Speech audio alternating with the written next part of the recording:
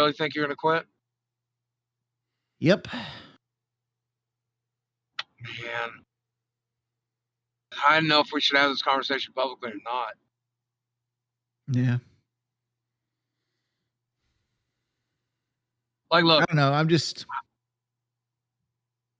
I was miserable before Fat Camp. And when I got fired at the end of Fat Camp, it was almost like a blessing. And I didn't want to come back. I honestly didn't. And I came back, and because Tommy asked me to come back, and it's like, and then like the show got worse, the money got worse, and then like Keem left, and it's like, this isn't fun. I don't have fun doing this. Like, I'm putting a face on every day. I'm fucking miserable every day. I wake up. It's like I look at live and I'm like, fuck, I got to do 2 hours of that shit tonight. And I don't want to do it. I'd much rather do nothing. I was saying this in our private conversation. The show always worked best. Keem was here because Keem's the bully and we're the lolcows, right? And so we had somebody to push our buttons hard, and then you and I could react to our buttons getting pushed. And, you know, they didn't like yesterday's episode because you were a normal human being.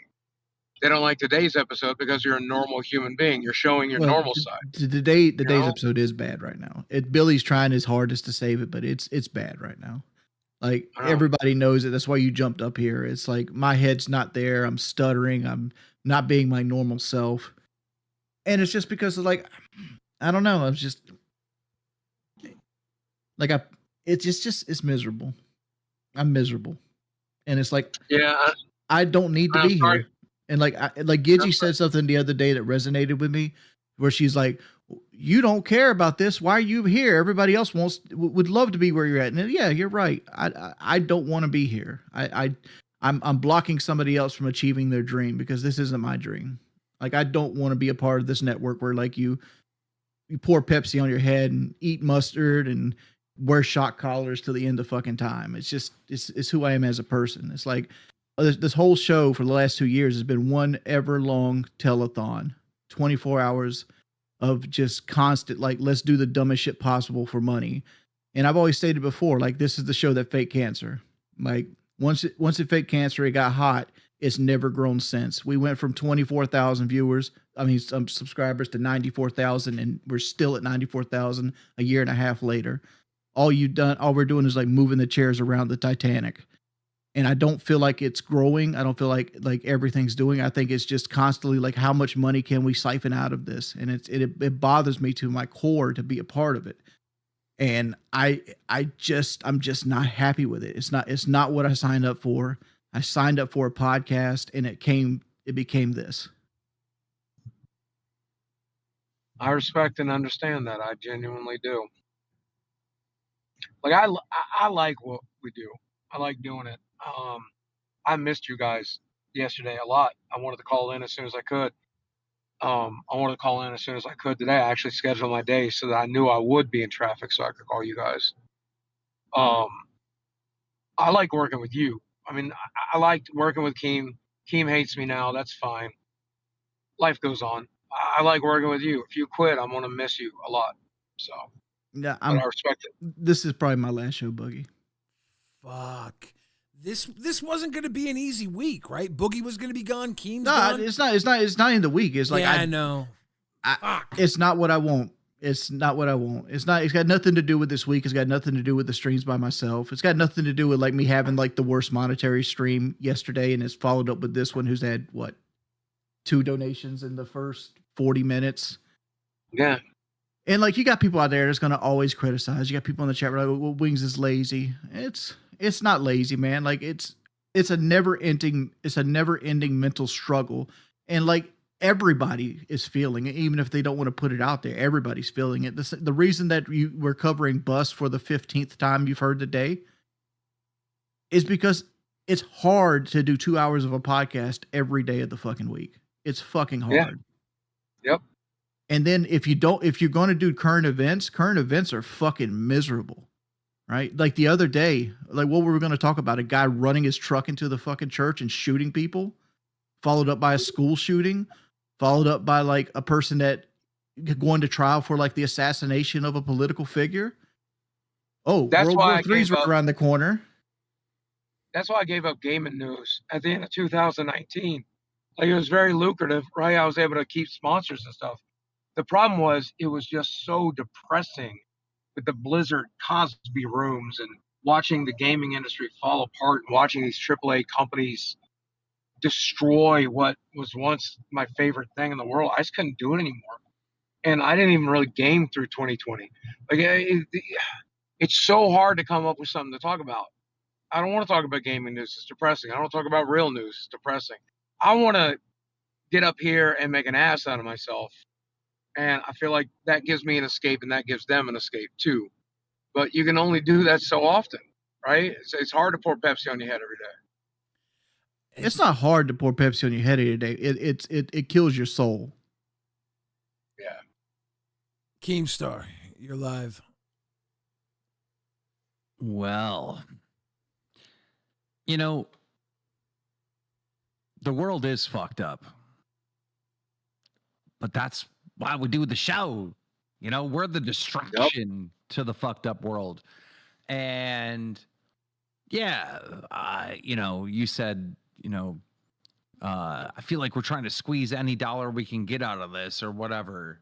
I don't feel that way when I go live. You know, it is a thought. You do have to think about finances, but I'm more thinking of like, I want to have a good show because I know if I have a good show, it's going to make donos. That's just one of the factors.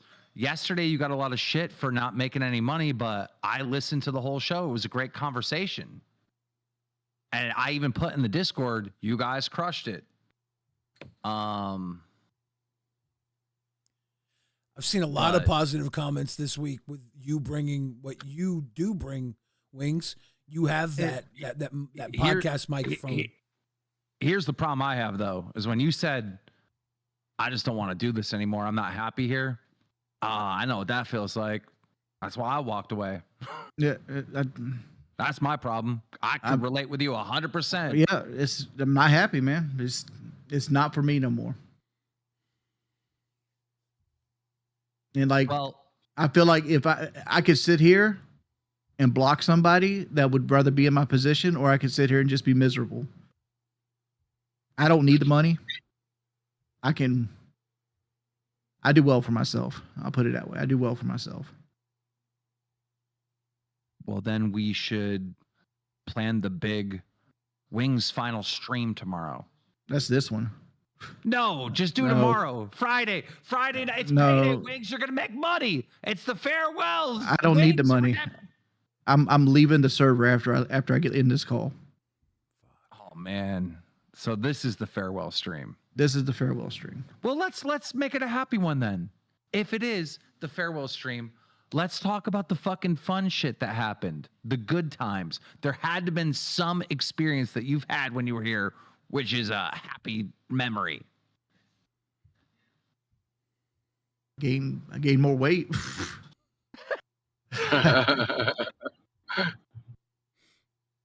You were killing yourself with that Ozempic. That day, that year-old Ozempic you were on, right before Fat Camp. Oh, that was good. You made yourself sick. I was sitting around today, and I'm literally asking my wife to come on here and get like watered and flowered and like dressed up like a drag queen to make money I don't care about making, and like I felt like less than a man because of it. Yeah, but I don't. Like I had no ideas. I had nothing. I was creatively bankrupt. It's like, but when you go to the show, you can't think about money. You got to think about like, I want to do a good show and entertain people. And then money's the side effect of that. Right. You know, I get it. But like when you say it like that, it just seems like we're e-baggers, you know? That's what we are. But we're not. We're entertainers. Then why does every conversation I have always center around like, what are we going to do for like donation baiting? Well, that's a part of the show. Unfortunately, this is a business. I watched a guy on Aussie like charge $5 to stack bowls on his head. What? But the shit is funny. You know, okay. Look, I get it. I get it. I get it. No, I do. I truly get it. And the worst thing about this job is being creatively bankrupt, right? Hitting that writer's block really, really sucks. And when I started getting frustrated with the show, and I knew I didn't want to be here anymore, the writer's block was hitting hard. I could go on any fucking show. I could pop on Nerds and be like, yeah, I got an idea. You know, I could pop on any show and help them and have a million different creative ideas. But when it came to this show, my show, it's a different animal. It was gone. Oh, for sure. It was gone. Well, it's a completely different animal. I was watching Balls today, and like Billy and Rastoff were just like watching an old video that's like an internet meme of like hot versus crazy. And they spent 45 minutes on it. It was fun. It was a good little segment. And I'm like, this would never work on live. No. Nope. No. That's the pressure of live, man. Like even on the weekends, I'm afraid to do react content, but you got to bring it every day to the show. It's exhausting. I'm gonna tell you what the number one problem is, which is not a problem at all. The problem is when we started this show, there were videos and getting millions of views, making thousands of dollars shitting on you too. All right. Now this thing has been such a success. Now that's gone. The whole point of this show was for you to monetize the hate. Well, where is that hate now? I don't see the Wings trolls are like gone or disabled or something. No, they're still there. They're still there. They don't have the impact they did before we start this show. The Boogie haters, they're like literally gone. He's become a different man. He's like invincible from the cancer arc. You know, the mission of what this show was accomplished. I mean, that's the truth. We won. Everything we set out to do, we did. So that's why it naturally feels like an ending. That's just the truth. Yeah. I agree with that. And it's a matter of trying to reinvent the show now. And we're going to lose a lot of viewers and a lot of money in that reinvention. But I feel like there is a way to reinvent this show. It's just... No, 100%. But what I'm saying is the mission that we set forth, right? You know, of, hey, we're going to monetize this hate. Shit, we were the #1 show on YouTube. How many times in fucking super chats? I mean, the show's made over $1 million. Like, bro, like we have done literally everything I said we were going to do. Like we all signed up for one mission, and that mission was well completed. You did do that because, like you said, we were going to make $20,000 a month at one point, and I said, "This show's never making $20,000 a month." Yeah, yeah, we tripled that. Yeah, we did triple that. Yeah, sure did. You know what I mean? I see. That's the problem, is that we came in trying to prove something, and then we more than proved it, and now it's like, now what, right? I set off to create the LCU and all these other shows. I did that. Now what? You know, like, you know, that's a big problem. That's why I didn't want to be a host anymore. Is I just, you know, when I really got dug deep and thought about this for weeks and weeks and weeks, I lost my overall mission. Now my mission is to just make the LCU as a whole win, and make all these individual shows win. Which they're starting to do. I mean, the viewers on the other shows are like going up and up and up throughout the entire day, and we're getting wins and stuff there. But yeah, this show, if of its original concept with us three, just kind of ran its course. I hate that I can't convince you to not feel what you're feeling, because I feel the same way, Wings. I do. Yeah. Everybody does, but some people hide it better than me. I can't hide it. I come on, I can give the cheery face, but like, I don't know. It hit me wrong today. And it's like, this isn't for me. Well, it sucks when you're the one that's got to plan the shows. I did that for fucking 2 years. That really sucks. Every day, I got to figure out what we're doing. And it's harder to play this show. It's harder. It's part Wings, of it. You're trying to plan a show for Keem, right? You're not planning a show for you. You're trying to follow in his footsteps. So it's even harder right now because you're not even planning a show for what you would do if you were running a show. You're trying to think like him when you're doing this. So it's like for this fan base. Yeah, he's trying to plan a show for this fan base. Man, that's actually really telling. I was sitting here thinking, listening to everything you said, and that's 100% correct. It is so hard to take over the pre-existing show that you left behind and try to do it the way you would do it that this audience wants. It's so difficult. Well, I just don't want you guys to think it was just this week. It's not. Like, shit, we know you've never wanted to be here. Yeah, like as soon as like the show Fake Cancer, I was like, dog, this shit's turning into something I don't want to be a part of. And I kind of, but the money was too good, and I'm like, all right, I'm just gonna ride this out. Just ride this out. But it's like, I don't want to ride it out no more. Buggy, here's the most important thing. All right. Yeah. Before this original cast like really fell apart, we got Wings back for what was it, 2 months, a month and a half? Yeah. You know? Yep. At least we got to have that, you know? We got Tommy back. Yeah, I've really enjoyed working with you. I've really enjoyed working with you, Jordy. It's been actually really nice. I did not realize how much I missed you till you were back, and now I do for sure. Wings, you sure you don't want to do goodbye stream tomorrow? No. It'd be a big stream. I'm good. Get the docket team to bring up Wings highlights and LCU, like a proper send-off. You earned it. A proper send-off. I'm good, man.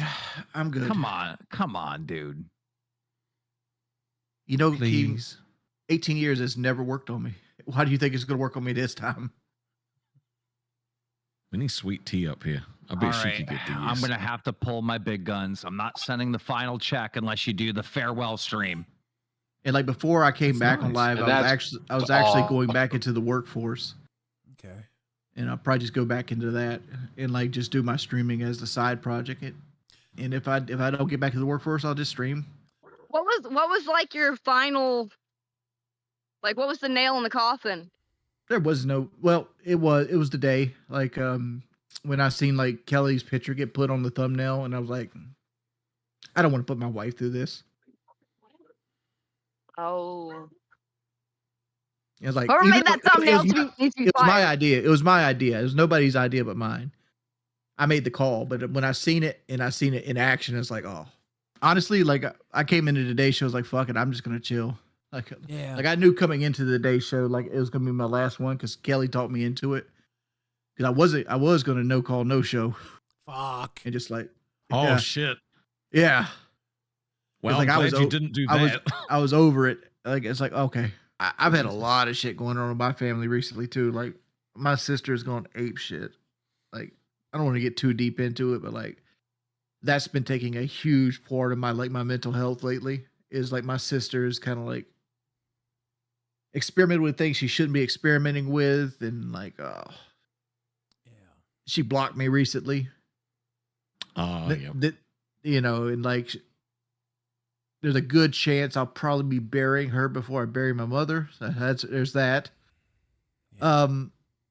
There was the cow fiasco, which that's not that big of a deal in the long run of things. It's just like it put that exclamation point. It's like I never have time to do anything because there's always something to do at 6, and there's always prep work to do that thing at 6, and it sucks. Hey Jordy, look, I'm gonna stop making it about myself.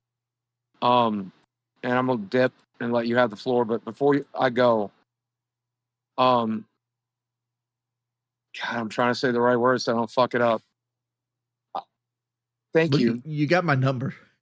I know, but I want to say it here because I want them to hear it because it hits different when I say thank you for saving my house. Thank you for helping me get into a position where I'm able to do these things for my wife. Thank you for coming back and giving us closure. Thank you. That's it. Thank you, man. I'm gonna leave. You know, I think there's going to be a lot of opinions that will probably be negative from this, you know, on the internet. They'll say, you know, he had bitch in his blood. That'll definitely be something being said. That he wimped out. Didn't fight dad. Yeah, there'll be all that kind of shit. Yeah. But those are opinions. There will be people upset, people happy, people mad, people sad. But those are feelings. The fact is, we fucking won. That's just a cold, hard fact. We set off to do this show, and everybody said shit wasn't gonna work. Shit was gonna fail. Shit was dead a million times. And opinions can be out there, and feelings can be out there all they want. But the cold, hard fact is, we won. So for that, Locale Live.